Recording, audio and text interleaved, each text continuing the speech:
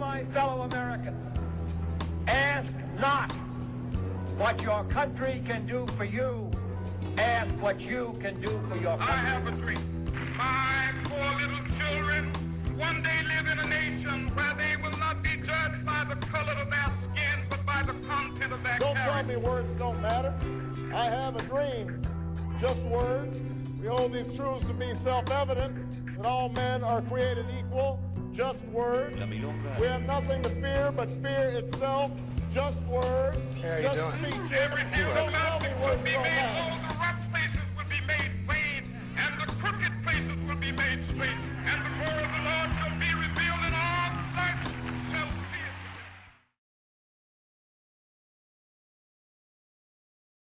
it. Okay. All right. How many of you in here have either a computer, laptop, cell phone, tablet? Most of us, right? Yeah. Okay. I'm not going to talk about the medical issues that are with cell phones and cancer and all that stuff. I'm basically going to say there's a huge social issue with technology. We're all turning into these antisocial, somewhat depressed people. So, basically, more than 2/3 or 68% of working Americans use a computer at work. That's fine. I happen to have a job that doesn't.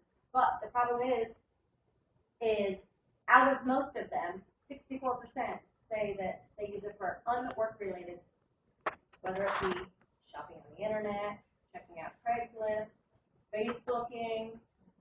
That seems to be a problem. Not only are they not producing much work, but they're also not socializing. Everybody's going to, for lunch break. If they're sitting in front of the computer talking to whomever about what they're cooking, for dinner. Also, as far as relationships go, Facebook has become the #1 listed thing for divorce. People are assuming that if you're talking on a computer, it's not an affair, or I'm just going to look up the old slang, see what they're doing, and something happened.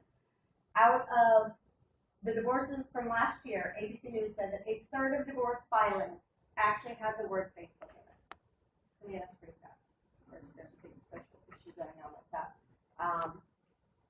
And 3 years ago, that was 20% less, so it's getting worse as we become more technologically savvy. What made me think of this is I was out to dinner with my family, and we were talking as 2 teenagers, and a server walked by and said, "Oh, it's so good to see you talking to your kids." And I was like, "Okay, what else are you going to be doing?" We're sitting at the dinner table, and I realized that everybody around us was either on a cell phone, or a Nook, or the kids had some kind of gaming system. Nobody was talking. In a restaurant, out in public, they were all still and roll. I find that a social issue. You're supposed to be talking to people. So, how many times have you been out where someone's talking loud next to you? And you could care less that, her friend just had an affair with so-and-so, or my kid did this at school. Nobody wants to hear that. But we've all done it, and we've all been the ones sitting next to someone going, "Okay, turn your stuff off." Basically, this is just statistics showing how many families don't eat together anymore. Most of it's because of technology. They're either in front of the TV or they're playing game systems. Part of the other problem that I'm finding is that the Center for Disease has shown that 10% of preschoolers and 15% of essentially teens and preteens are overweight. Most of this is because of technology and media that they're watching. It's changed their social behavior. They're either gaming all day or they're watching TV. They're not out running the streets playing anymore. I've got 3 kids, so that's kind of a sad statistic. Obesity is not just speculation anymore. 40 studies have been done on sedentary children and obesity. This Canadian study basically said that any child from ages 7 to 11 who does 3 or more hours a day of technology, whether it be TV, cell phone, Facebook, has a 44% chance increase of obesity. That's a lot. That's a huge health issue, minus the social issue. How many times have you been to the movies? Someone's on the phone or phone rings. With one at our wedding. I guess something else is more important.